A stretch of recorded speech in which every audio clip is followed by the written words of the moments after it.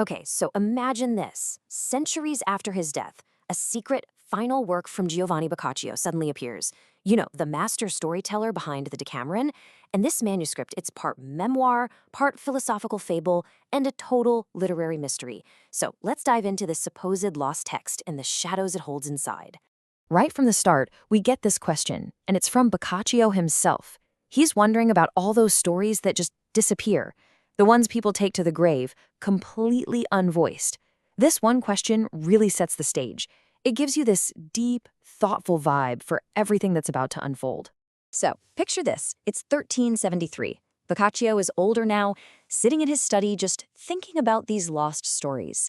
And then he gets a visitor, a very, very unexpected visitor who's about to change his final days and give him a task that seems, well, impossible. And what an encounter it is. A mysterious woman shows up at his door and, get this, she calls herself Mnemosyne. Yep, like the Greek mother of the muses. She hands him this strange, dark book that she says contains 7 shadows. She tells him it's his job to write them down, and then she just vanishes. The craziest part? Boccaccio's servant swears no woman was ever there at all. So what's inside this impossible book? Well, it holds 7 profound, kind of melancholy tales that are supposed to exist in that space between memory and forgetting. Let's take a look at a couple of these strange stories. The first shadow is about this hermit who has a really bizarre gift. He doesn't see the future. No, he sees the past. But with this perfect, almost painful clarity, he reveals truths to people about their own lives that they've totally forgotten, forcing them to face where their guilt and regret really come from. Then you have the third shadow. It's about a painter, Maestro Luca, who sees the world almost entirely in shades of light and dark. So he's got this huge dilemma. Does he paint the vibrant, colorful world that everyone else sees and expects? Or does he stay true to his own unique vision, even if nobody understands it? And then there's the fourth shadow, which tells the story of a woman named Caterina. She runs this little shop where people can come and leave behind physical objects that are tied to their grief. You know, like a child's toy or a letter from a lost lover. She becomes this keeper of sorrows, creating a space where grief can be honored without taking over your whole life. Now, these stories, as cool as they are, all seem to be pointing toward one powerful central idea. It's an idea about what storytelling itself really is, something that Boccaccio, of all people, seems to be wrestling with at the very end of his life.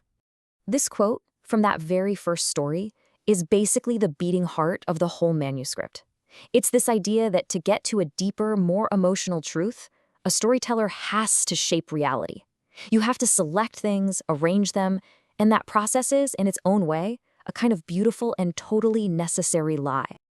Okay, so all of this is building to the manuscript's big finish. After writing down 6 of these stories that feel almost like half-forgotten memories, Boccaccio turns the page to find the final shadow. And the whole thing just flips on its head.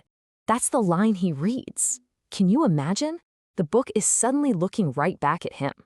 The final story isn't about some character from the past. It's about him, right there, in that moment, creating the very manuscript he's holding. It's just an incredible, mind-bending twist.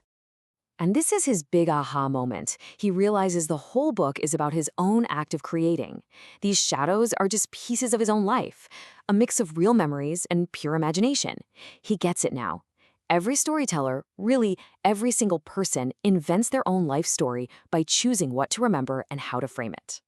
But wait, just when you think you finally got it all figured out, there's one last layer of mystery.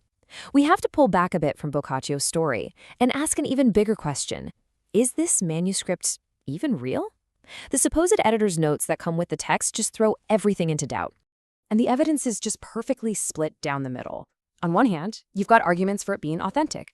The language is period correct, the historical details check out. But then on the other hand, the psychology feels pretty modern, and the whole frame story with Mnemosyne is, a little fantastic. There are no other contemporary records of it at all, so you're left completely torn. And in the end, that debate over whether the manuscript is real perfectly mirrors the book's central theme. The book itself is asking us, if a story feels true, if it shines a light on something deep about being human, does it really matter where it came from? It's a question that totally blurs the line between history and art, and it leaves you wondering what the true power of a story really is.